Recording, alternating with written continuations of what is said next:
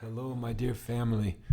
I'm down low today. Welcome to Bach Time, where we're sight reading all of Bach keyboard now the fifth time through, all 222 pieces, and we're up to the French suites.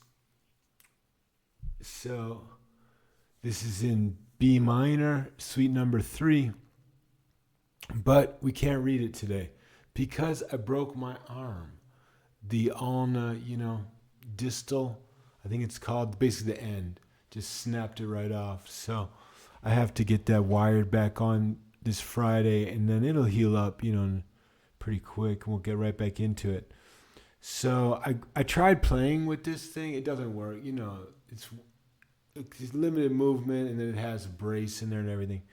So that won't work. It doesn't sound right. But, and you can say, oh, just play the left hand. But you know what? Here's what that sounds like. So 1, E and a 2, E and a, E and a 3, 1 and 2 and 1 and 2 and 1. Let's have play a little bit of it.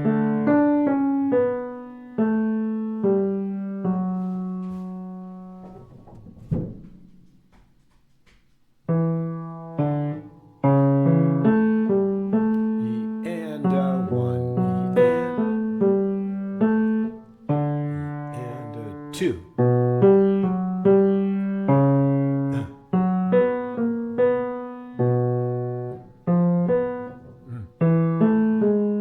E sharp.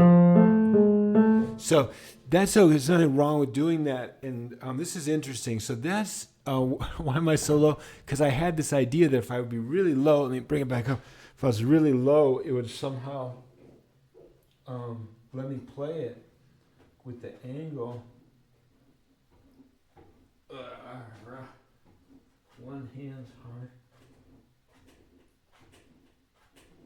But basically, so what's interesting is the subject of pedagogy and performance. So we have been doing a real mixture of the two, right? So there's something that we're always learning, pedagogy, as something like a learning program. So we're always doing that, and we're always doing performance because we don't repeat, we don't go back, we don't do that. If you really want to emphasize just like learning, you can kind of really remove yourself from the performance of the music. But why not really mix both? So that's what we've been doing, and basically the business of performance really gets lost if you're just going to play the left hand because the whole, inspiration of the music relates to the two hands. So rather than quote unquote killing it, we'll just have to wait. So wait like 2 or 3 weeks. But I wanted to make a video so I didn't die out there.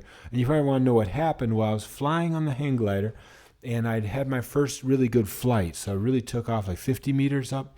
And I took off at like 40 meters, but I went up in the thermal a little bit, and that was so beautiful. And then my task was like to turn. That worked fine. I'm learning to actually turn in that thing.